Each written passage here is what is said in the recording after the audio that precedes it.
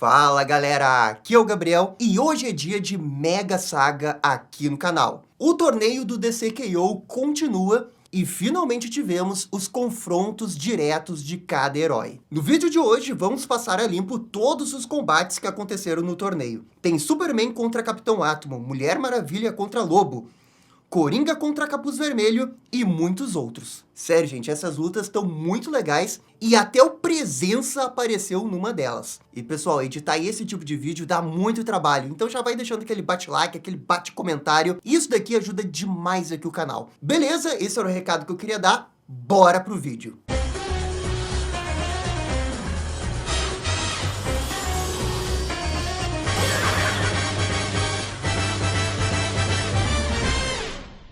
E a primeira luta que vamos contar é a do Superman contra o Capitão Átomo. Tudo começa com uma rápida recapitulação da origem do Capitão Átomo. Ele é Nathaniel Adam. Nasceu numa fazenda, se alistou na Força Aérea e depois participou de um programa de experimentos do governo.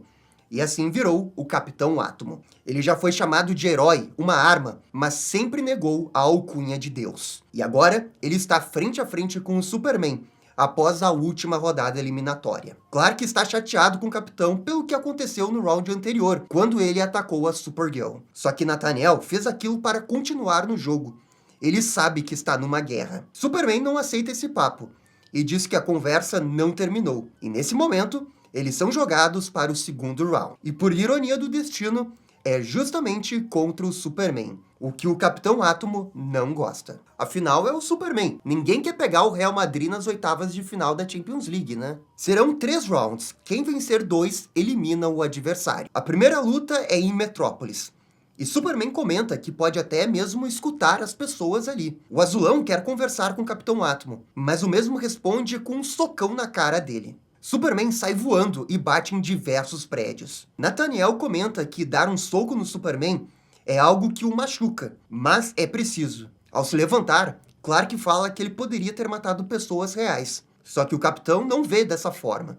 Isso tudo é uma simulação. Eles ficam em clash e trocam muitos socos. Nathaniel diz que vai com tudo, sem piedade, enquanto que o Superman tenta achar uma forma alternativa. O Superman ainda não conseguiu ver que para vencer esse torneio, ele não pode ter pena dos seus amigos. O Prateado usa seus poderes para formar átomos de kryptonita e de um sol vermelho nos seus punhos. Isso machuca pra caramba o Superman, que apenas responde que conhece o Capitão Átomo, e ele jamais mataria a sangue frio. Isso irrita o Adam, que responde que ele jamais irá conhecê-lo de verdade. Capitão aplica um Fatality, usando toda a sua força na Kryptonita. O Azulão, então, é derrotado e pulverizado. E isso é KO. Aliás, muito legal que no final de cada round a gente tem ali o KO. Realmente faz parecer que a gente tá num jogo de luta, né? Logo na sequência, Superman é regenerado pro segundo round. Ambos podem escolher qualquer uma de suas versões do passado. Capitão Átomo escolhe uma quando virou um monarca. E Superman apela demais na sua forma 1 milhão. E não preciso nem dizer quem vai ganhar esse round, né? O combate vai acontecer na fazenda que Nathaniel cresceu. Superman voa até o espaço e usa o ar frio potencializado para simplesmente apagar o sol. Só que mais do que isso, Superman congelou os átomos e campos quânticos. Tudo congelou. E ele ganha do Capitão Átomo na resistência, pois ele nada pode fazer.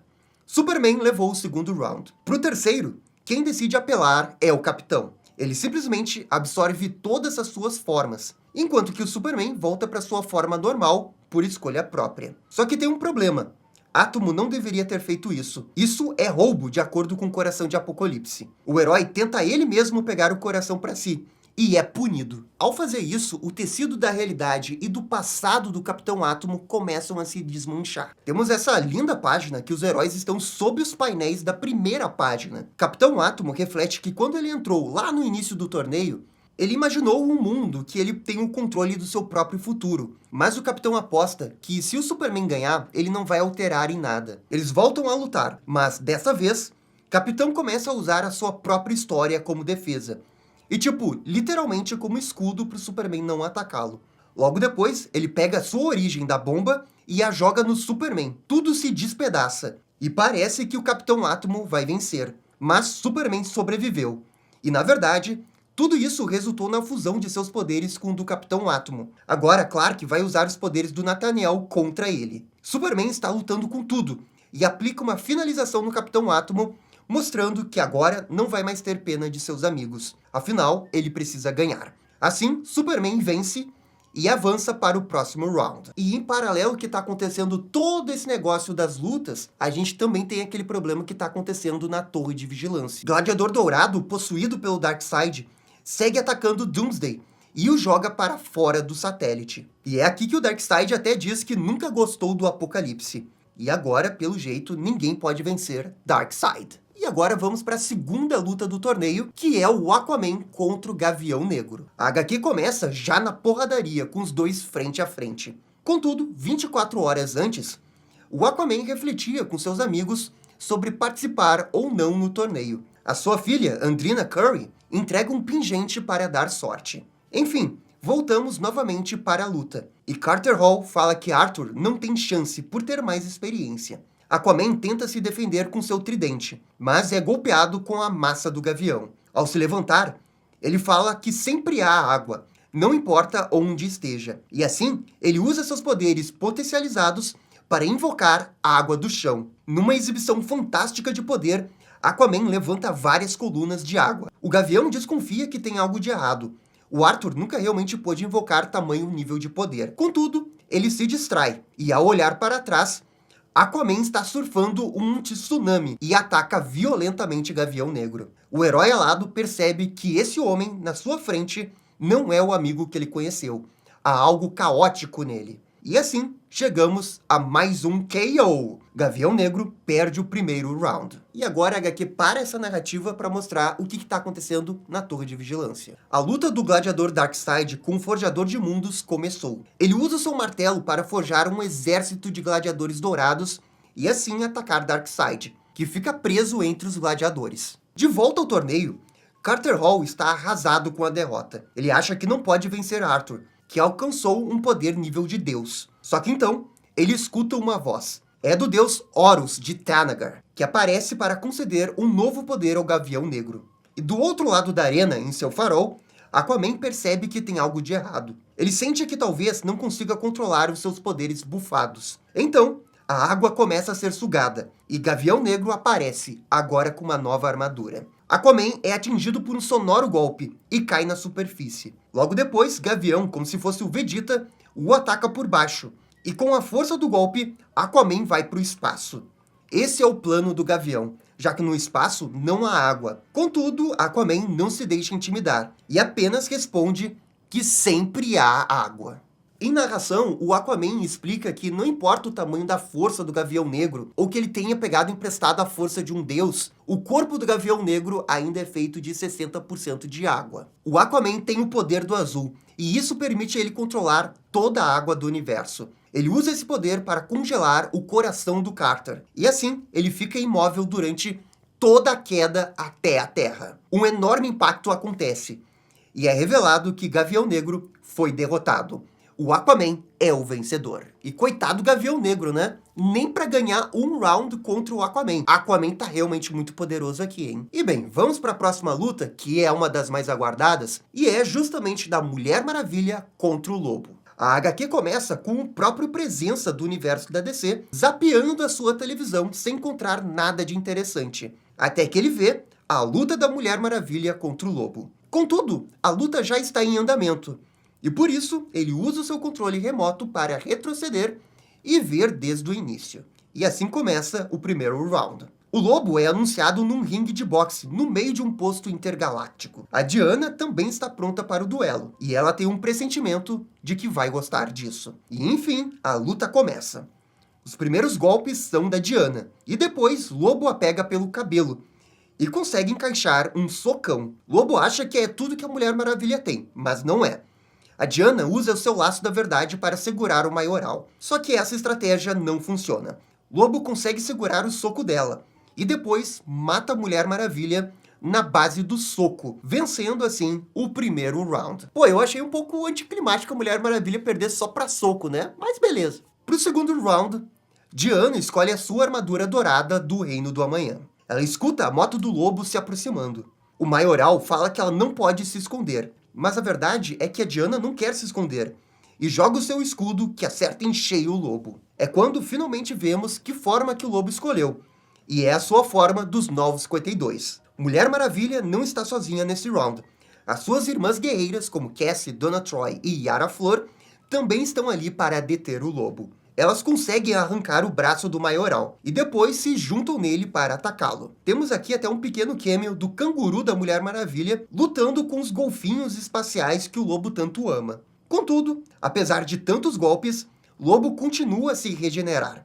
Como medida desesperada, Mulher Maravilha ataca usando a própria moto do Maioral, finalizando esse segundo round. Não entendi direito como que o Lobo perdeu só por causa que a moto bateu nele, mas enfim, ele perdeu. E vamos agora por terceiro e último round, que vai ser até um pouquinho diferente. Esse round é uma espécie de pequenos desafios, como tapa na cara, partida de xadrez, duelo dentro de um carro. No meio da luta, um anjo pergunta se o Presença não vai para casa, mas ele afirma que precisa ver o resto dessa luta.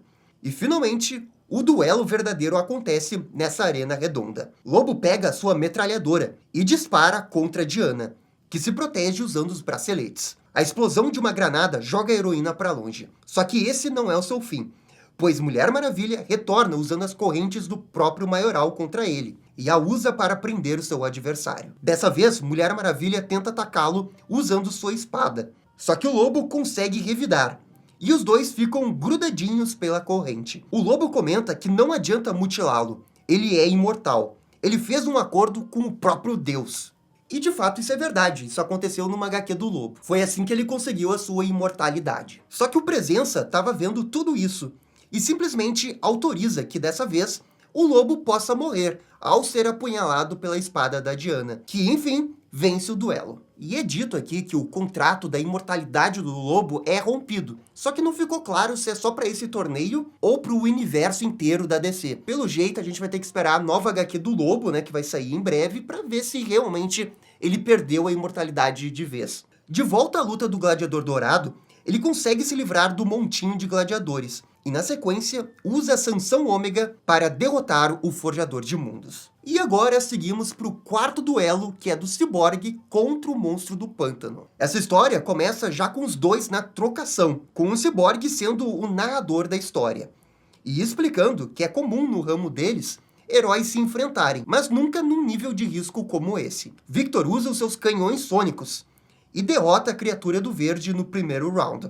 Ele fala que não teve escolha, precisa ganhar e dar tudo de si. Agora, no round 2, Cyborg tem várias opções de versões para escolher, inclusive aqui o seu visual do desenho animado. Só que como ele ganhou o primeiro round com uma certa facilidade, o Cyborg mantém a sua forma, afinal o time que está vencendo não se altera. Só que o Monstro do Pântano pensou diferente. Lembrando que essa versão não é o Alec Holland, e sim o Levi Kamei. Monstro do Pântano disse que o primeiro round foi para observar as táticas do Cyborg, e agora está preparado.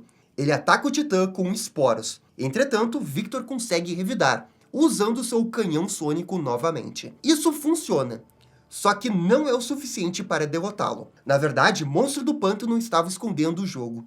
Ou melhor, a sua cabeça. E é justamente ela quem devora o Victor. Dentro do seu estômago, o Cyborg não tem chance contra os ácidos digestivos da criatura, e assim é derrotado, sobrando apenas o seu visor. E cara, que forma humilhante de perder um round, né?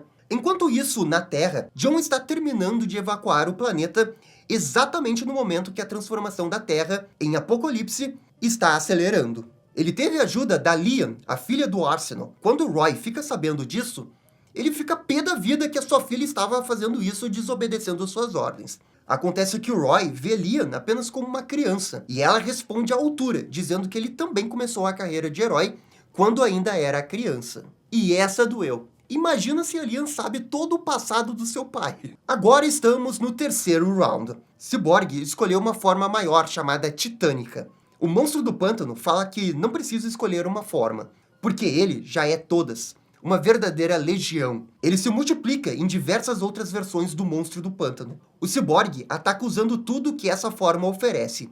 Magia negra, esgrimas, flechas, patas que cortam plantas, Enfim, todos esses poderes misturam os poderes da família Titã. Cyborg fala que luta pelos Titãs, pelos seus amigos, e que nunca vai desistir. Monstro do Pântano gosta do que escutou. Ele apenas pede que o Cyborg prometa que quando enfrentar o Darkseid, vai entregar tudo. E o Victor promete isso. E assim, Monstro do Pântano aceita a derrota e é pulverizado pela rajada sônica do Victor. E a vitória vai para a Cyborg. E com isso, voltamos para a Torre de Vigilância. Darkseid Gladiador usa a energia temporal do traje do Michael para acelerar a transformação da Terra numa nova apocalipse. O plano é ótimo, mas ele esqueceu de lidar com uma pessoa, e é o Gorilla Grodd, que aparece com tudo para impedir Darkseid. Enquanto isso, na base lunar da Liga, os heróis recebem mais um chamado de evacuação vindo da Terra. Arsenal e Donna Troy vão atender, deixando os demais na base. Contudo, eles são surpreendidos por um ataque da Grail,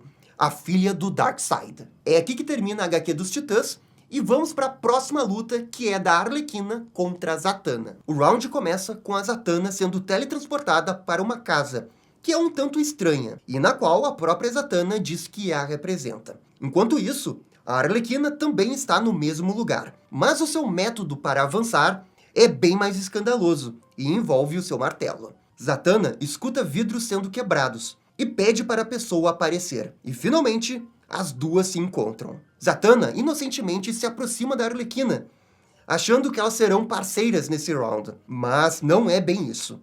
A Arlequina simplesmente acerta o cabo do martelo na mandíbula da Zatanna e depois reclama o quanto que o mundo foi injusto ao fazê-la pegar logo uma das feiticeiras mais poderosas da DC. Esse movimento que a Arlequina fez com o martelo acabou quebrando a mandíbula da Zatanna, e agora ela não consegue fazer magia. Zatanna sai correndo para se proteger, mas os seus saltos denunciam sua localização. Por isso, ela se livra deles. Infelizmente, para Zatanna, ela não consegue fugir por muito tempo, e é surpreendida pela agilidade da Arlequina, que a finaliza com uma marretada na barriga. O primeiro round é dela, do quarto pilar da DC, a Arlequina.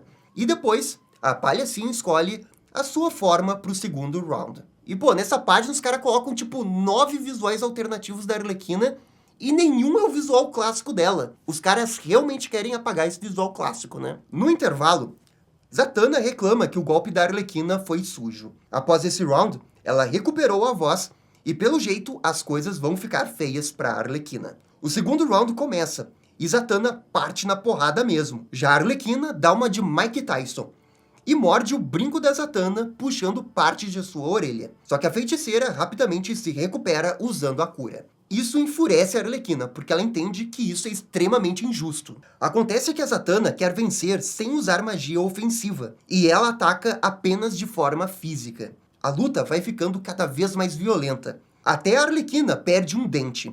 A Zatanna vence o segundo round na base do soco mesmo. E no terceiro round, é a Zatanna quem tem a opção de trocar o visual. Mas ela se recusa, por entender que isso é inútil. Quanto à Arlequina, ela escolheu uma forma que possui poderes de magia. E aqui vamos para o último round entre as duas. A luta fica mais interessante com as duas usando magia, mas a Zatanna ainda está se segurando, e parece que a Arlequina a está provocando para liberar todo o seu potencial. Depois de apelar dizendo que a Zatanna fica na sombra de Constantine e de outros homens, a Arlequina fala que ela jamais irá superar o legado de Zatara. E isso sim irrita a Zatanna, que atinge o seu modo Ultra Instinct. Era exatamente isso que a Arlequina queria ver. Nessa forma, a Arlequina não dura nem um segundo. Ela é golpeada pela Zatanna e perde. Nos braços da Z, a Arlequina confessa que nunca realmente quis vencer. Apenas queria desbloquear toda a raiva da Zatanna, para que ela tenha uma chance contra os outros. E finalmente, a Arlequina morre, dizendo: "E isso é tudo, pessoal!" E a Zatanna chora, porque ela nunca de fato tinha matado alguém antes. Mas agora ela entende.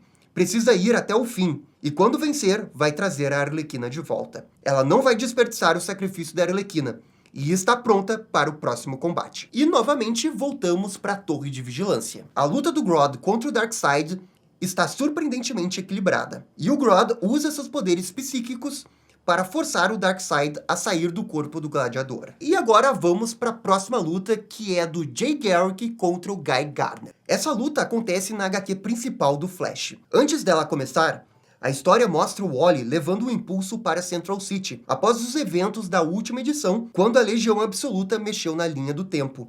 E isso afetou a linhagem do Barry. Enquanto isso, Jay Garrick e Guy estão prontos para lutar no antigo laboratório do Jay, o local onde ele ganhou seus poderes. O Lanterna inicia o ataque com tudo, mas na hora H, Jay pede para esperar. O velocista diz que escutou o Coração de Apocalipse falar na palavra jogo, e ele não quer desmerecer o torneio nem nada disso.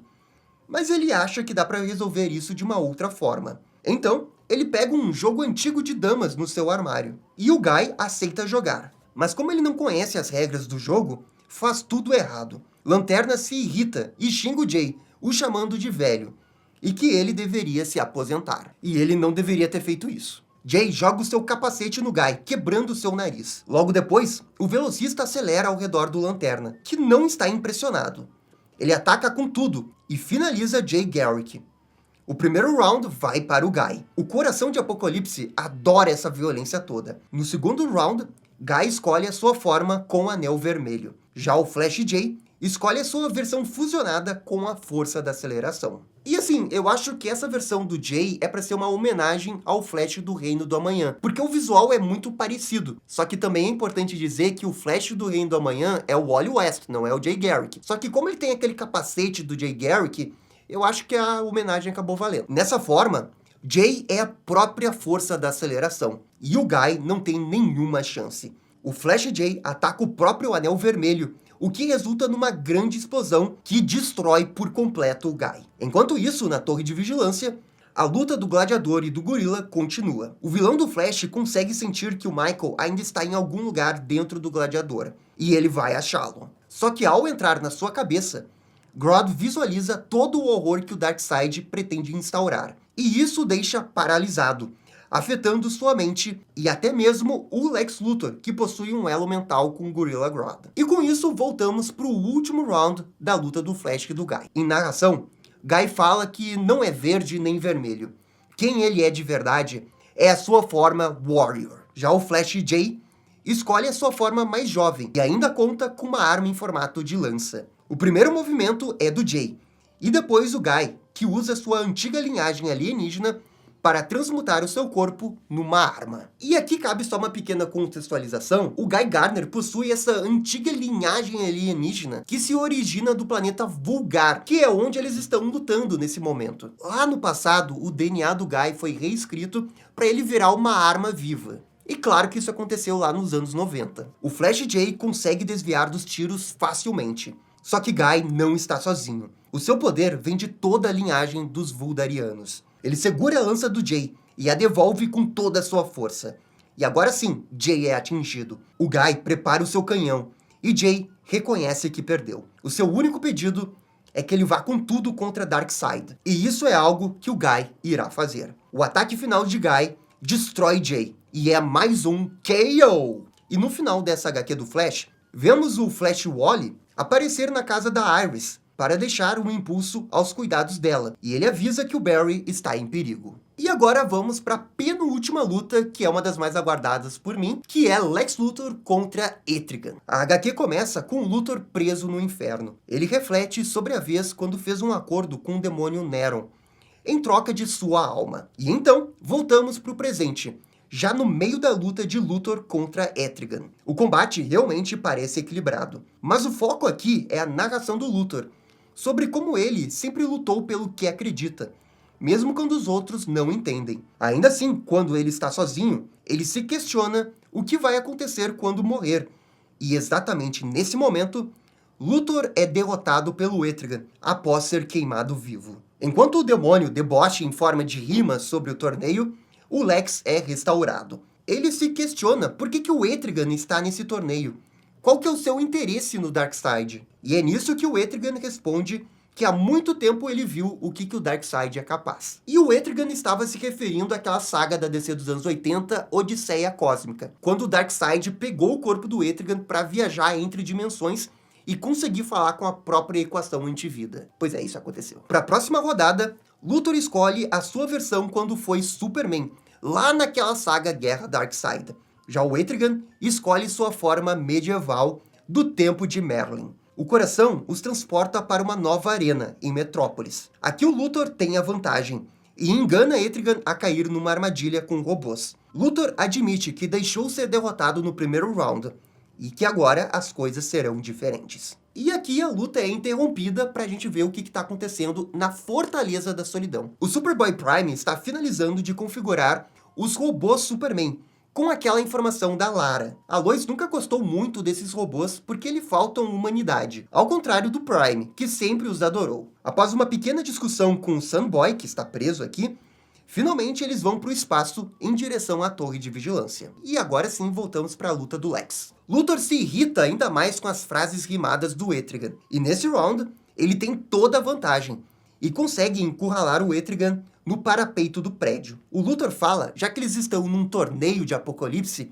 ele vai brincar com tecnologia Apocalipse. E é nisso que ele summona uma caixa materna e a joga em direção ao Etrigan, que é finalizado com um Boom Tube, que acerta apenas a sua cara. Agora, isso sim é um fatality de respeito. Baita finalização. Após a vitória, Luthor volta a refletir sobre o que ele vem fazendo, o tempo que ele passou no Himalaia, nas HQs recentes do Superman, e é nesse momento que ele percebe como pode vencer. E o round seguinte se inicia com o Luthor no inferno. Ou seja, aquele início da HQ que o Luthor estava preso no inferno não era nenhum flashback de quando ele estava preso pelo Nero, e sim o terceiro round da luta. O Luthor não está impressionado com nada disso no inferno, e está ali para expulsar o demônio do corpo do Jason Blood. O vilão explica que nas suas viagens aprendeu muitos feitiços de possessão, e assim ele começa a recitar uma magia que expulsa Etrigan do corpo do Jason e o leva direto pro seu corpo. Blood, agora na sua forma humana, se pergunta o que diabos o Lex está fazendo, mas o bilionário quer nem papo com o velho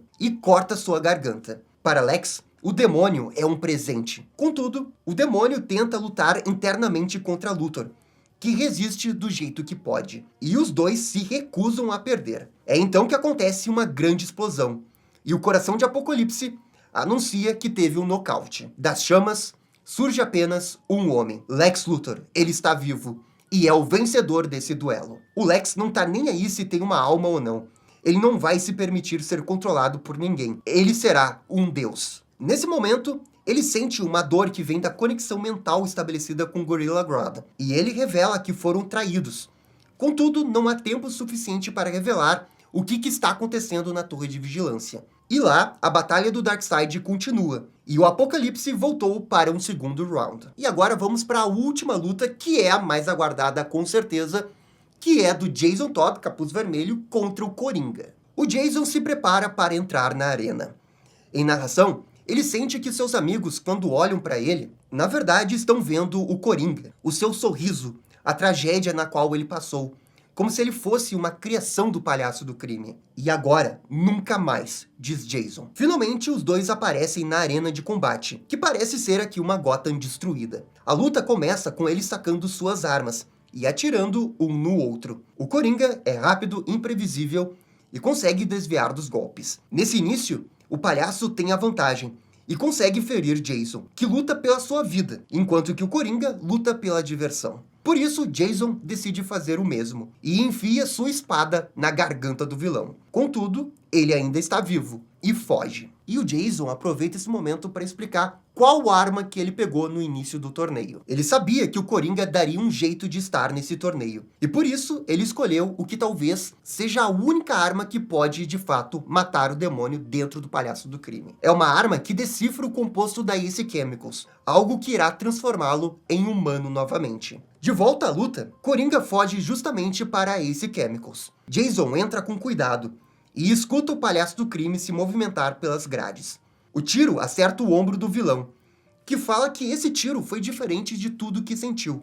O Coringa então começa a se transformar, mas não mais num humano, e sim numa criatura ainda mais horrorosa. Acontece que Jason não está usando balas que curam um Coringa, e sim algo que o transforma num verdadeiro monstro. É o composto químico amplificado. Coringão vira esse monstro com vários rostos, mas ele ainda está vivo e não desistiu ainda. O vilão joga uma bomba e o Jason é arremessado diretamente para um tanque químico. Jason teme que irá se transformar num coringa, mas o palhaço fala que ninguém além dele poderia sobreviver a esse banho químico. E aqui o Jason não morre de fato pelo composto químico, e sim, ele mesmo quebra o seu pescoço porque ele não aceita virar um coringa da vida. E a vitória do primeiro round vai pro coringa. No segundo round, Jason escolhe a sua forma de Robin, e a arena é onde ele morreu pelo Coringa. O palhaço do crime também assume a forma daquele dia.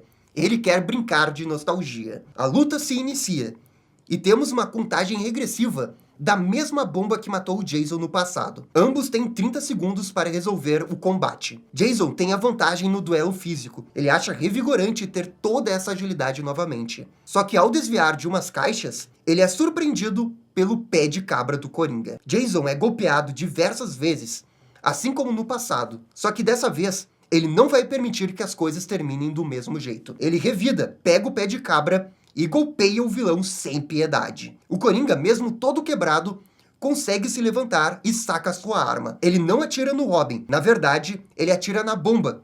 E os dois estão bem na zona de explosão. Quando a poeira baixa, Jason aparece vivo e segura o Coringa, homenageando aquela icônica página da Morte em Família. E Jason vence o segundo round. E agora vamos pro último combate dessa série de lutas dessa fase do torneio. Jason fica na dúvida em que forma escolher para esse round. É então que ele se lembra que o nome Capuz Vermelho também era o nome que o Coringa utilizava antes de ser o Coringa. Só que esse nome não pertence ao Coringa, pois antes disso haviam outras gangues que usavam o mesmo nome. Acontece que o nome Capuz Vermelho era popular em Gotham, e as crianças usavam esse nome nas ruas para justificar as coisas que aconteciam. É quase como se fosse uma história folclórica em Gotham. O nome do Capuz Vermelho era tipo o velho do saco de Gotham. É assim que ele decidiu qual seria a sua forma. Ele mesmo como Capuz Vermelho, só que um pouco mais velho. Não tão ágil, mas um pouco mais experiente e sábio. Enquanto o Coringa escolheu sua forma mais jovem, na época que era líder da gangue do Capuz Vermelho. Os dois finalmente se encontram no cemitério, e o combate se inicia. Jason consegue incinerar o corpo do palhaço, e depois se joga em cima para atacá-lo, enquanto leva facadas nas costas. O Jason fala que ele, como Capuz Vermelho, não faz parte da história do Coringa, e sim o contrário. Os dois caem numa sepultura, e lutam como animais, cada um usando o que tem à disposição. Jason remove o capuz do Coringa e o usa para golpeá-lo, até que finalmente o Coringa fica inconsciente, imóvel e sem falar nada. Jason se levanta e diz que nunca foi criado pelo Coringa ou pelo Batman, e sim por ele mesmo. E é nisso que vemos um painel dele quando era criança, desenhando uma fantasia do Capuz Vermelho. Muito cansado, Jason se senta e fala que provavelmente o Coringa tem um truque na manga. Mas não importa, porque nessa noite todos realmente sabem quem venceu. E nisso, o Jason morre. Quanto ao Coringa, ele tinha uma espécie de marca-passo no coração, que o faz recuperar a consciência. Ou seja, a vitória é do Coringa. Roubado isso, hein, produção? Jason foi muito melhor nesse terceiro round, mas deram aquele miguezinho pro Coringa continuar no torneio. E na torre de vigilância, Darkseid fala que é tarde demais. A Terra já se transformou na nova Apocalipse. Terminando aqui essa edição. Então, gente, essa foi as oitavas de final do torneio DC KO. O que vocês acharam? Eu confesso que gostei das lutas, só acho que algumas lutas não teve assim tanto impacto emocional. Alguns rounds foram muito rápidos. Eu acho que talvez fosse mais legal ser apenas um round mesmo, porque aí você tem mais páginas para desenvolver a história numa única luta. Mas essa também foi só a minha opinião. Ainda assim, eu gostei das lutas. Gostei de quase todas, principalmente ali do Capitão Átomo contra o Superman, bacana. Capuz Vermelho contra Coringa, muito boa. Lex Luthor contra Etrigan também foi legal. A da Mulher Maravilha contra o Lobo, que eu achei que deram uma nerfada na Mulher Maravilha, sabe? Mas, galera, essa daqui também é só a minha opinião. Por favor, comentem aqui embaixo o que vocês estão achando da saga DC KO. E no mais, muito obrigado por assistir o vídeo até o final.